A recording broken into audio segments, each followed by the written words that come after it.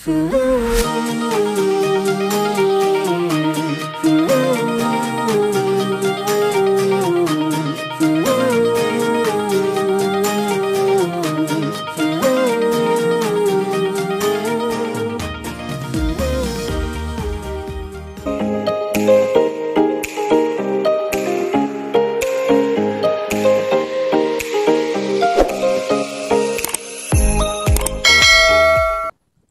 mga be! Saan mang sulok ng mundo, anumang oras sa lugar nyo, isang magandang umaga, magandang tanghali, magandang hapon, at magandang gabi.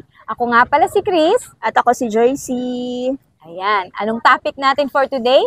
Ito, Bazaar tips number 1. Tip number 1. So, ang Bazaar tip number 1 natin is para makatipid. Sharing. Yes. Booth sharing. Para makatipid sa rent. Yes. May mga organizer kasi na nag-aalaw ng booth sharing.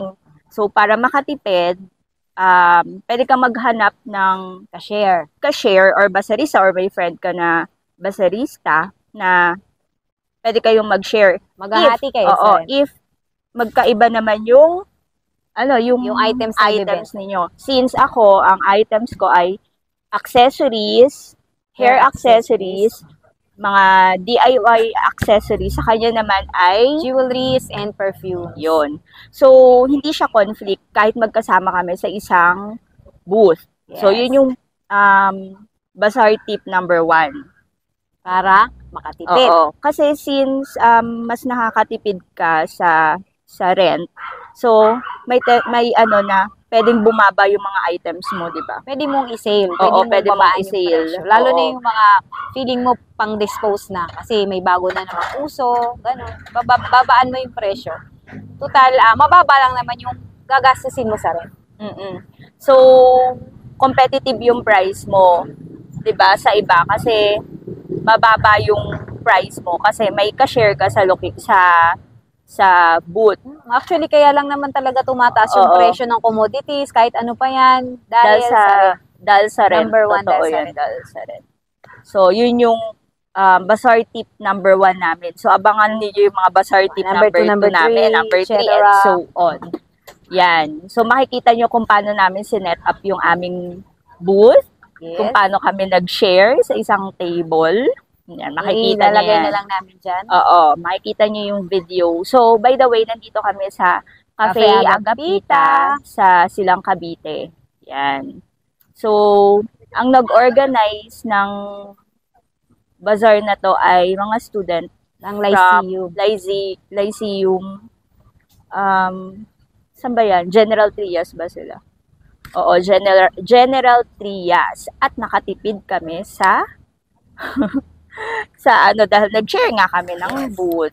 Yon. Meron pa kaming guest na.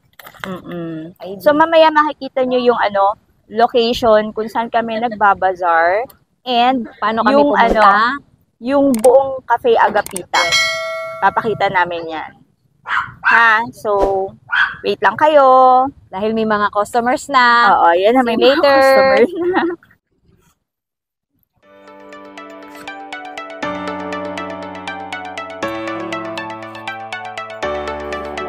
Ito 100 na lang. Hindi siya nag-save.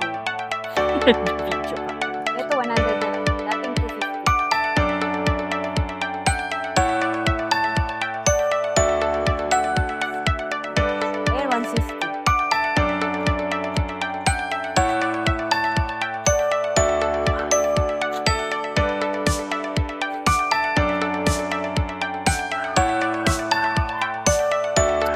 Promise ring 100.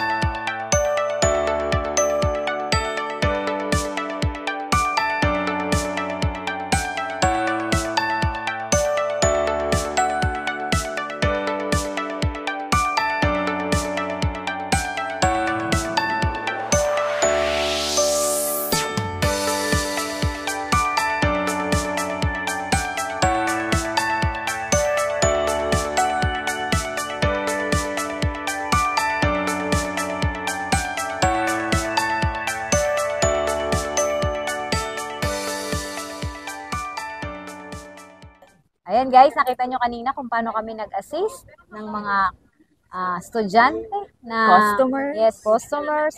Staff dito sa Cafe Agapita. Yes. Yan. Ayan. So, yun nga guys, again, para makatipid sa rent, pwede po tayong Mag-boot sharing. Yan. Bazaar tip number 1. Abangan nyo yung mga susunod Yes. pa naming tips. Huwag kalimutang mag-like, share, and subscribe. Thank you so much, guys. Bye. Bye.